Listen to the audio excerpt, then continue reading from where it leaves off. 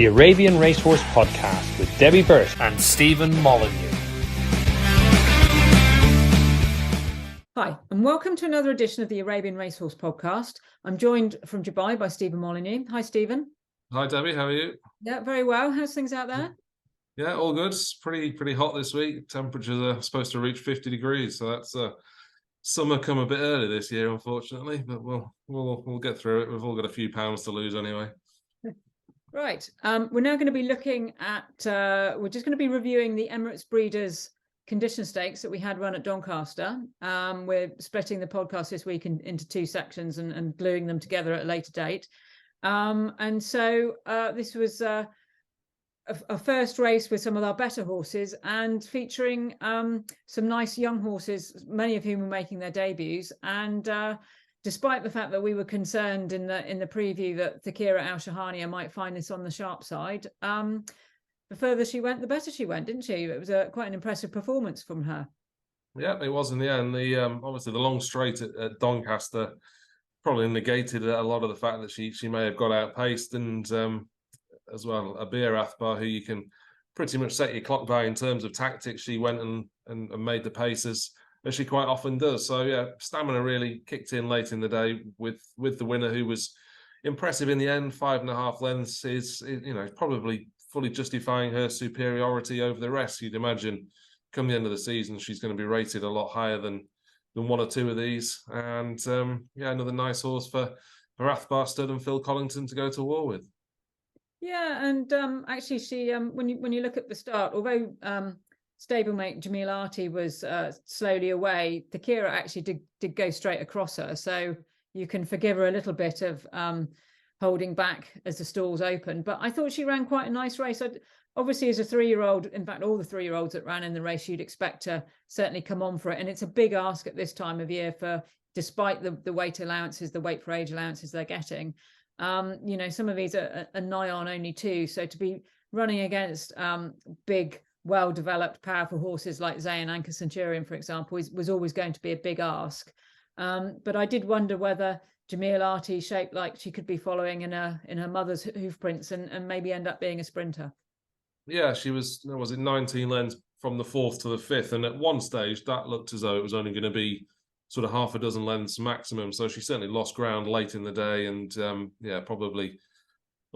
certainly you wouldn't put it past her to finish an awful lot closer to the first 4 with a bit of experience under her belt. She looked green, as you say, interfered with at the start. She looked a bit taller than the other 3-year-olds in the race as well. So physically, you'd imagine she'll continue to fill out as the season goes on. And her dam was certainly a very useful performer for His Highness Sheikh Hamdan. So she's going to take a big step forward. And similarly, the other 2 3-year-olds, Delicatesse and Victoria, both a learning curve for them. And you sort of can't underestimate how difficult it is, like you say, to go toe-to-toe physically and mentally with horses that have been around for plenty of years, as is the case with the 2nd and 3rd. Yeah, and just to touch on Abir Athbar and Zayn Anchor Centurion, that's my dog drinking in the background. They're both horses which have been group placed at Group 2 and Group 3 level across several seasons in the UK, and so they certainly set a good yardstick, don't they, for the winner?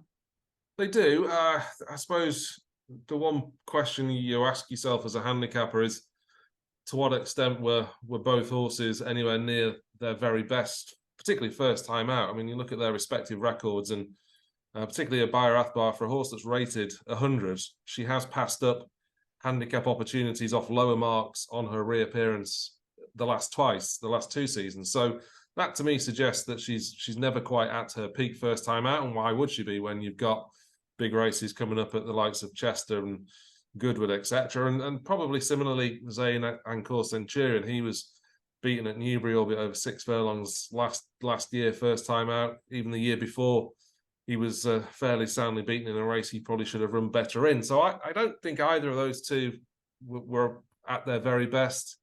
It's a sort of a difficult equation to try and weigh up when you're rating the winner, because you are obviously looking at something in behind that can give you an idea as to what the winner's worth. But I shouldn't take anything away from Thakira Al Shahania nor the place pair. They'll both improve. I think the key thing with those that Peter Hammersley will take out of the race is that they both went with plenty of enthusiasm. Older horses getting on can sometimes look a bit sour at times, but I don't think that was the case with those two. No, and they've certainly still appear to be enjoying their racing. So we haven't mentioned Lujane, who ran very nicely, despite the fact that she obviously was carrying a £5 penalty for her win last year. She'll certainly come on for the run, and I'll be looking forward to seeing her out next time. Yeah, obviously depends which route they want to go. She's a 4-year-old, so could have Derby aspirations later down the line. There are a couple of options for her in 0 to 75 handicaps before then. It could be quite a good place for her to run in handicap company, because she's probably run a bit above her mark, in all honesty, acknowledging the fact that the second and third have probably not been at their very best. To what extent is difficult to ascertain at this point, and obviously one of the conditions of this race is that it's only the winner that can have his or her rating adjusted. So Lujane, my gut feeling is probably run a bit better than 75, but hopefully she'll get a chance to prove her worth in a handicap off that mark next time. Yeah, and both those 4-year-olds with Phil, they, all being well, they will, as far as we know at this stage, head to the Derby at Doncaster. So for both of them to get an experience of the track in what is obviously a less high pressure situation can only be a benefit for them in the future. Yeah, as we mentioned in the preview, it's a big long straight, and sort of a different style of racing to what we're going to experience at Chester, for example, in our upcoming group race in not too distant future. So yeah, Fakir Al-Shahani, I think we identified her as being sort of a grinder to an extent. She may get quicker as she gains in experience, but the outing certainly won't be lost on her, and be interesting if they decide to go straight to the Derby next, or whether she takes her hand. She'll be eligible for novice races. I think there's 1 or 2 of those coming up in a conditions race. So it'll be a case of whether they want to get a bit more experience into her. My gut feeling is they might do. Obviously that run at Belgium back in January, she was very green then. She took a while to truly knuckle down, and they may decide that one more run is of benefit to her.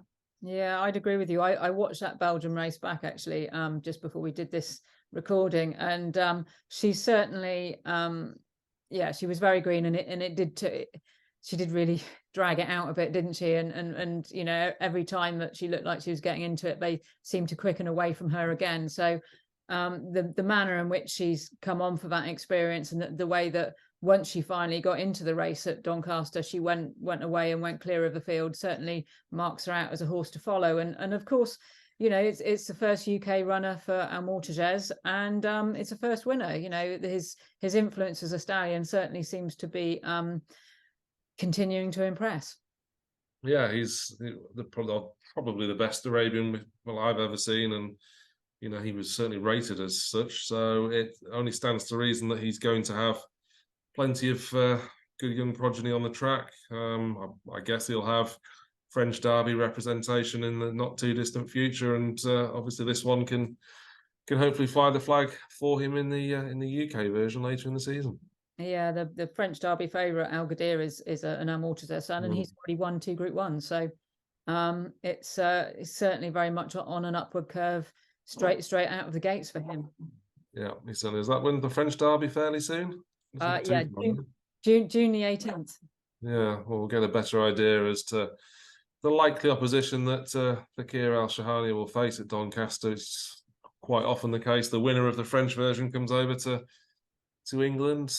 Maybe the second and third. Halal Al-Alawi tends to send one over as well. I'm sure he'll have presumably Joe Starr in there. I know RB Kingmaker has made the trip back from Dubai to France as well. So he may have 1 or 2 that run in England, but yeah, it could be a good race this year. Yeah, very much looking forward to it. Okay, well, we'll wrap this up for now, and we'll reconvene later on in the week to look ahead to our first Sheikh Mansour Festival race of the year. Hi, and welcome back to part 2 of our current edition of the Arabian Racehorse Podcast. Joined again by Stephen Molyneux. Hi, Stephen. Hi, Debbie. Just nipped out for a quick haircut since part 1. Suddenly the sun's come out and it's warmer here. Right, so moving straight on to our race at Bath. But before we do, I was just saying to you off camera that the one thing we didn't mention in the previous section about Thakira Al-Shahania's win at Doncaster was the fact that she had a last-minute jockey substitution of Joanna Mason. Joanna, as we know, was a three-time leading rider under Arrow rules when she was an amateur, and she rode overseas with the Sheikh of Fatima series as part of the Sheikh Mansour Festival. So it was great to see her getting back on the Arabians. I think her first ride since 2019, which was around about the time she turned professional. Yeah, and it was a very polished ride too. I think one aspect, again, probably didn't mention, is that she did switch the horse more towards the inside and following the better horses from a relatively early stage. So that was a good move. Sadly, it's probably going to be her last winner for a bit of a while. She had a fall on the gallops early in the week and has, I think, broken her leg, so she'll be out for a while. But yeah, it was a good performance from her. Hopefully we'll see her again soon. Absolutely. And obviously we're sending our get well wishes to Joe. And actually that takes us nicely into the race at Bath, which is the WathbaStallions.com handicap, 0 to 60 over a mile. Because in there, one of the horses running is Aloof for Steve Blackwell, who in the previous run at Bath went through about 4 jockeys before she finally ended up with Rob Hornby on her back. And seems like it's been a similar situation. Steve's first choices included Charlie Price, who was all booked to ride her, and he unfortunately had his saddle slip at Southall on Tuesday, and he's been stood down for a couple of days. So Steve phoned me yesterday, actually, when I was on my way back from Ascot Sales, and said that he's decided to move Lewis Saunders over onto Aloof and give her a ride on the slightly quicker horse, as it were. So fair play to Steve. He's given the lad a go, and that £7 might help her chances if she's back in form. It might well do. Obviously, we're looking for reason as to why Upstart Crow won't win again. Aloof was probably one of those who was a notable disappointment at Bath on a reappearance, but I suppose that is the nature of her, that she can be a bit difficult, get behind, and that was very much the case in that first run at Bath. So yeah, a bit of weight off. There'll be a big swing in the weights now with Upstart Crow, and if she's on more of a going day, then she could be a player. Obviously, the shorter trip doesn't necessarily look as though it's going to suit, and potentially a lesser pace than we had in that race at Bath. But she's still one of those that you wouldn't be at all surprised if she bounced back from that poor reappearance. Yeah, and although it wasn't a particularly good race, she did win at Brighton over a sprint trip. So certainly, again, what you've just said is the thing is we're looking for a horse to beat Upstart Crow, who certainly looked to have plenty in hand when he won here last time. And of course, at the 2 furlongs out, I can't see that the drop back in trip is going to hinder him on account of the fact that he was travelling so well at that stage. No, I totally agree. He's obviously wearing the hood as well, so he's a fairly sort of buzzy sort. So yeah, the drop in trip's not going to be a problem. The win at Bath, it was his first start for 655 days, so he was clearly very ready for it. The term bounce factor is often chucked around when it comes to horses that make a fairly quick reappearance after an extensive absence, which certainly applies to him. But yeah, he's up £9. It is difficult to see him win. See him not winning. You come up with, like I say, some half-baked theories as to why he might not follow up. And one of those was, as I mentioned with Aloof, a potential lack of pace. They went very hard from an early stage in that race. Heritage Valentino was largely responsible for it, but the horse that did hassle that one was Kayak, and of course that horse is the one that's not running at Bath this time. So does that leave an element of maybe only one horse going forward, not as strong a pace, the field not getting as strung out as they did at Bath? Did that maybe accentuate the winning distance in the end? As I said, it's a half-baked theory, but it could be something that might not be as relevant this time at Bath. So yeah, all things being equal, Upstart Crow should win. He's beaten all of these £9, same grade of race. He probably should follow up. Yeah, and just to look at those two heritage horses for the Scappers. So Heritage Valentino, he's going to be ridden by Sean Levy on this occasion. Sean, just to get into the stats, he's actually got a great record on Arabians. From 12 rides, he's had 4 winners, 2 horses placed and 6 unplaced. He's ridden them over in Qatar as well, and still pretty good figures, although he's not ridden a winner. He was second in a maiden, beaten a neck. And fourth in a listed race and unplaced on the 3rd ride. So he's certainly someone that you'd probably want to keep on your side if you were booking a jockey in an Arabian race. Yeah, and therein certainly lies another angle. Kieran, no disrespect at all to Kieran O'Neill, who's ridden the horse on his last 3 starts, but Sean Levy's probably one of the best in the weighing room. So why not? You'd have to consider it some sort of jockey upgrade. He's potentially not going to go as fast early on, and this horse Heritage Valentino is a consistent type. Did win last off 45, so only £4 higher at Bath this time. So yeah, a more controlled ride from or near the front of the pace could see him give Upstart Crow more to do this time. Yeah, and he was certainly travelling well throughout the mile section of the race, wasn't he? So to look at his older brother, Heritage Vidal, who's 2 years older, he's a little bit more in and out of form, but of course he won first time out last year in first time blinkers, and this time sports a first time was it cheap pieces? Yeah, first time cheap pieces. And again, there's you mentioned the angle with him, first time out could be a good time to catch him. He is an 8-year-old. I often feel as though that, as horses get older, we're dealing with a short season anyway, but as horses get older, it makes more sense to have them very ready first time out. So I could definitely see this one entering the equation. That first run last year, victorious at Southwell, wasn't supplemented subsequently, was fairly well beaten at Chepstow and Wolverhampton. But there could be a good time to catch him. Dropped a little bit in the weights as well. I suppose with that win at Southwell being over 1.5 miles, the drop to a quick mile might just pose 1 or 2 questions, but again, got a good jockey booking in David Probert, if memory serves, and if my information is correct. So James has certainly gone to the lengths of making sure that his 2 heritage horses are ridden by the 2 best jockeys in the race. Yeah, and maintaining his desire for his amateurs, particularly the girls, to get a ride when they can do the weights.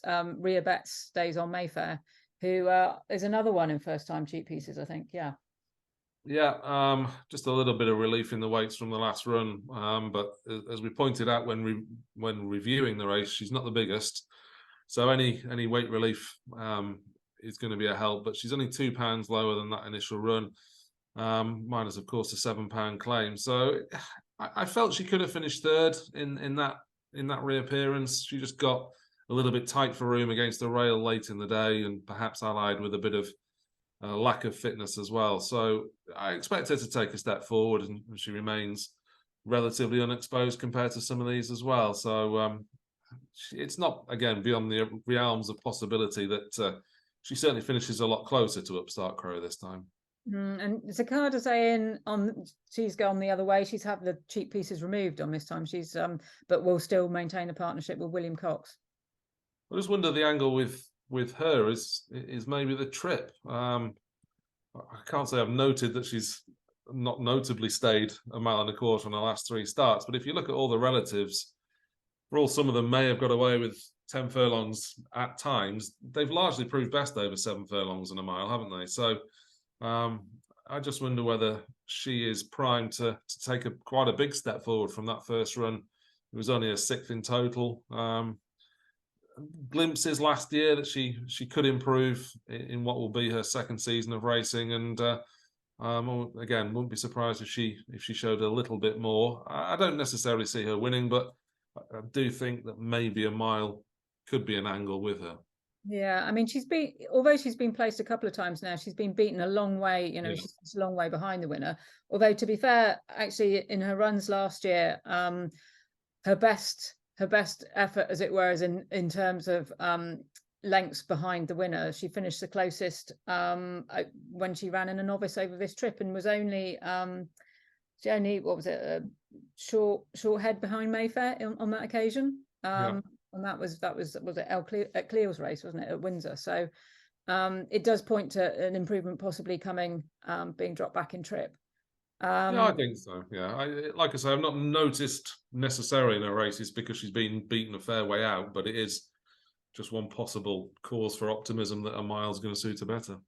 Yeah, and the two Hammersley horses, Al Hattab and Belle Angelique. Belle Angelique has retained the visor again, I think, and Al Hattab is running without cheek pieces on, a bit like Zakada Zayn, but apparently he Billy Loughnane reported that he was just a bit too keen and too free at Bath, which obviously that could be just from his first start back. But I would expect him to come on, even if it's going to be more of a steady progression with that one.